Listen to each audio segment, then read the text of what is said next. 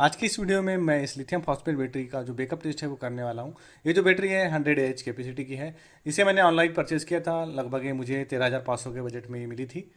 इसे बनाने के लिए मैंने हाईस्टार ब्रांड के जो प्रिज्मेटिक सेल है उसका यूज़ किया है, और इसके साथ में जो डेली ब्रांड का BMS है उसका भी मैंने इसमें यूज़ किया है। ये जो बैटरी है 12 वोल्ट की है, और इसमें जो एक सेल मुझे पड़ा है 2250 रुपये का, और इसमें जो BMS है 2600 रुपये का लगभग मुझे इसमें मिला है। और इसके अलावा कुछ चिल्लर आइटम इसमें मुझे लगे हैं, तो कुल मिलाकर मुझे लगभग 13,500 के आसपास में ये जो बैटरी है 12 वोल्ट की 100 एच कैपेसिटी की मुझे पड़ी है। इसे मैंने किस तरह से असेंबल किया है इसका जो वीडियो है वो आपको आई बटन में मिल जाएगा। तो चलिए करते हैं हम इसका बैकअप टेस्ट। अभी जो मैं इसे यूज़ कर रहा हूँ वो ल्यूमिनस के इन्वर्टर पे कर रहा हूँ।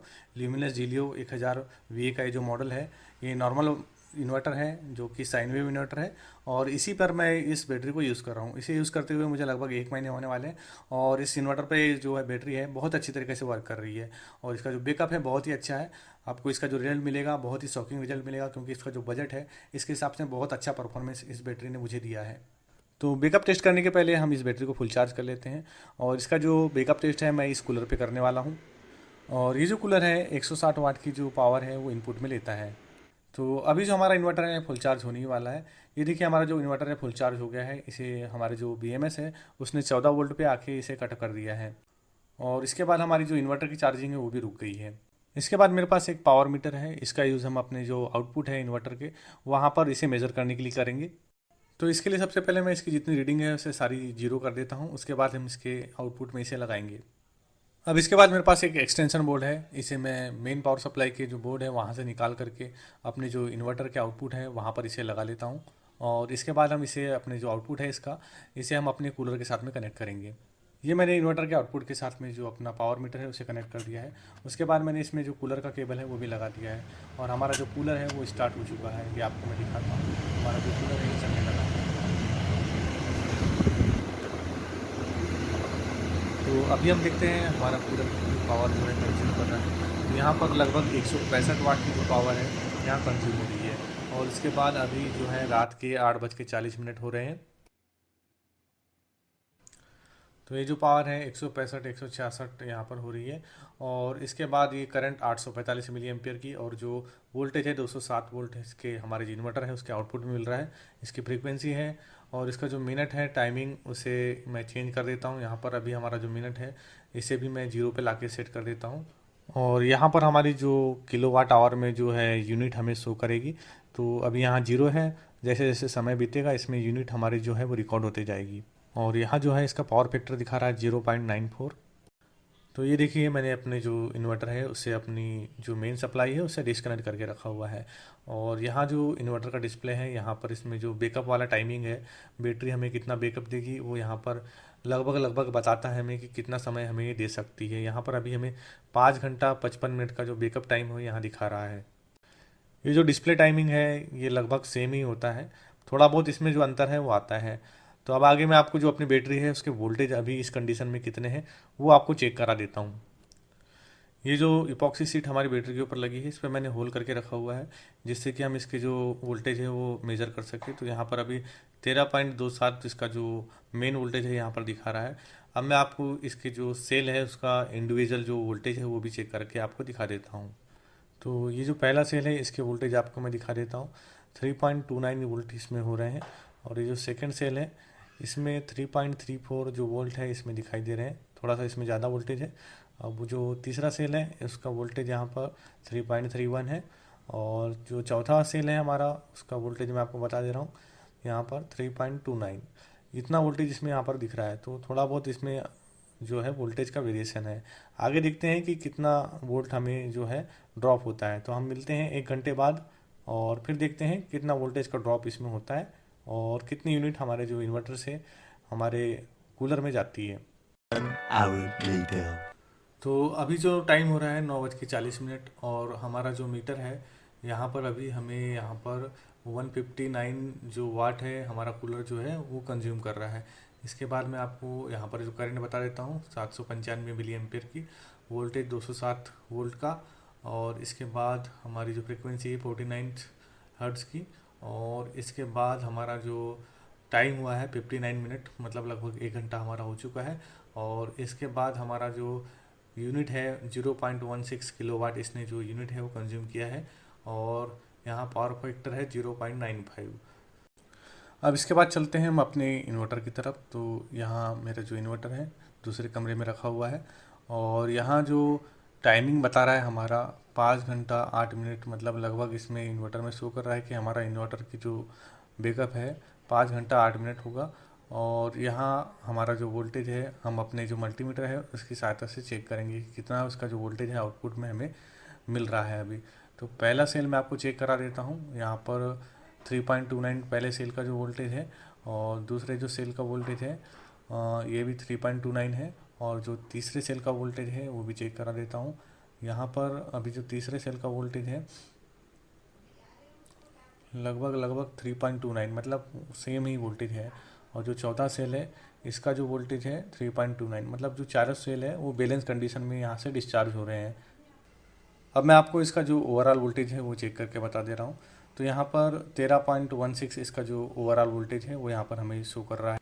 अब इसमें 1 घंटा पहले इसका जो बैटरी का वोल्टेज था 13.27 वोल्टेज था, तो इसने 1 घंटे में लगभग 0.10 जो वोल्टेज है उसका ड्रॉप किया है।